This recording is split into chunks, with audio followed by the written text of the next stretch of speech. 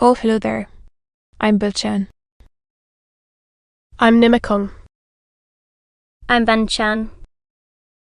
In this class, I'll read to all of you Chapter 11, Section 5 of The Adventures of Sherlock Holmes. As. Ah. The Adventures of Sherlock Holmes. Author Conan Doyle. Chapter 11, Section 5.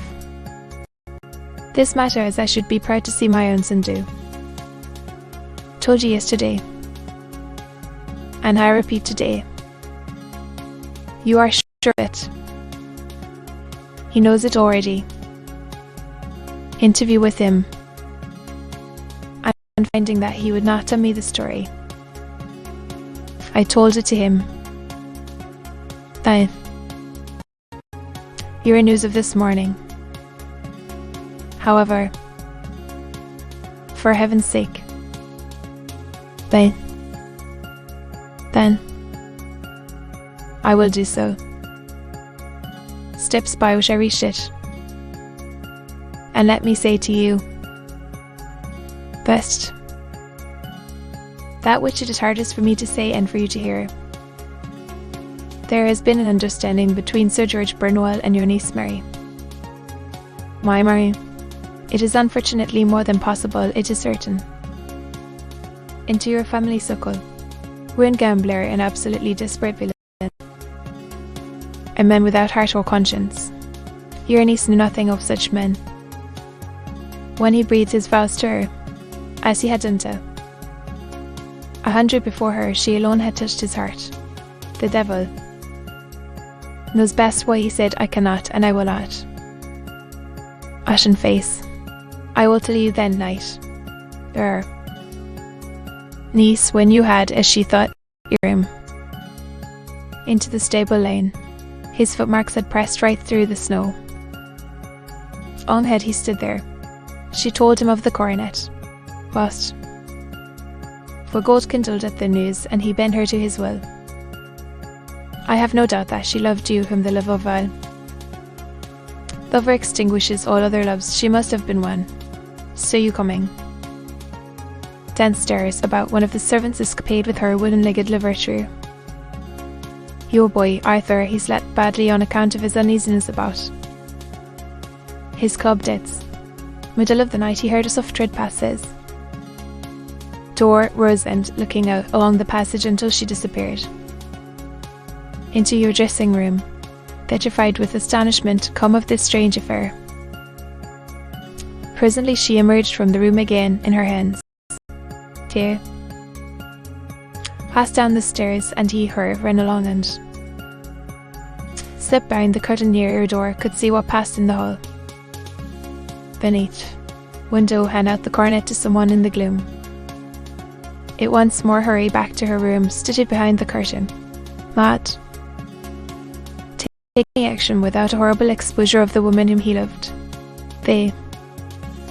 For you, and how all important it was to set it right. Orst. Down just as he was in his bare feet window. Sprang out into the snow and ran down the lane. He could see a dark figure in the moonlight. Yet awake, but Arthur caught him. There was a struggle between them. They were loud, tugging out one side of the coronet, the other. In the scuffle, over thy. Then something suddenly snapped, and your son. He had the coronet in his hands, switchback closed. The window ascended to your room. Is it possible? Gasped the banker.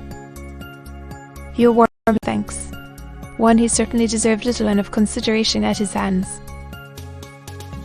Chivalrous view, however, so the coronet, cried Mr. Holder. Oh my God, blind fool I have been. For 5 minutes at the scene of the struggle, when I arrived at the house, continued Holmes. Traces in the snow which might help me, since the evening. Before preserve impressions, I passed along the tradesman's path down and indistinguishable. Just beyond it, however, the kitchen door. A woman had stood and talked with a man, round impressions on one side showed that he had a wooden leg, even tell that they had been disturbed. To the door, as was shown by the deep tone light, heel marks, while wooden leg had waited a little and then had gone. Oh, they thought at the time that this might be the maid and her sweetheart, whom you had already spoken to me, and inquiry should it was. So, I passed round the garden without seeing anything more than random tracks.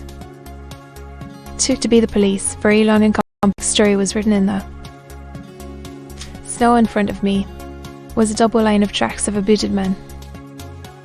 Line which I saw with delight belonged to a man with naked feet. Well, the first had walked both ways, but the other had. One swiftly, and as his tread was marked in places over the depression of the boot, it was obvious that he had passed after the other. Oh, and found they led to the hall window, the snow away while waiting. Then I walked to the other end, was 100 yards or more down the lane, faced round struggle, and finally, where a few drops of blood had fallen to show me that I was not mistaken, lay and been hurt. When he came to the high road at the other end, I found that the pavement had been cleared. That clue. On entering the house, however, I examined, as you remember, sill and framework of the hall window with my lens could at once see that someone had passed out, often, and where the wet foot had been placed in coming in, was then beginning to be able to form an opinion as to what had occurred. A man had waited outside the window. Someone had brought the gems. The deed had been overseen by your son. He had pursued the thief, had struggled with him. They had each tugged at the coronet, strength causing injuries which neither alone could have effected prize, but had left a fragment in the grasp of his opponent. For I was clear. The question now was, who was the man, and who was it brought? Him, the coronet? That when you have excluded the impossible, whatever remains, however improbable be the truth, thou brought it down. So there only remained your niece and the maids. If it were the maids in their place, there could be no possible reason. However, more so as the secret was a disgraceful one. But seeing her at that window, Coronet again, my conjecture became a certainty. Her confederate. I love her evidently, gratitude which she must feel to you. I knew that you went out little, and that your circle of friends was a very limited one. Then was Sir George Bernal, my love. Evil reputation among women. Boots and retained the missing gems. And he might still flatter himself that he was safe, could not say a word, without compromising his own family. Well, sense will suggest what measures I took. Next, I left her to Sir George's house. Valet learned that his master had got his head the night before, and finally, at the expense of 6 shillings, a pair of his cast-off shoes. Yesterday evening, said Mr. Holder. Precisely. It was I had my men, so I came home and changed my clothes. Well, delicate part which I had to play then, a persecution must be avoided. To avert scandal, a villain would see that our hands were tied in a adder, and saw him. At first, of course, he denied everything.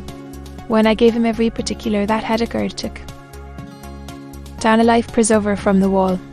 I knew my man, however, and I clapped a pistol to his head before he could strike. They came a little more reasonable. Price for the stones he held 1,000 apiece. All grief that he had shown. Why, dash it all, said he. The address of the receiver who had them be no persecution. Off I said to him, got our stones at 1,000 apiece. Then I looked in upon your son, told him that all was right. 2 o'clock, the banker rising. Sir, I cannot find words to thank you, but you shall not find me ungrateful for what you have done. Has indeed exceeded all that I have heard of it.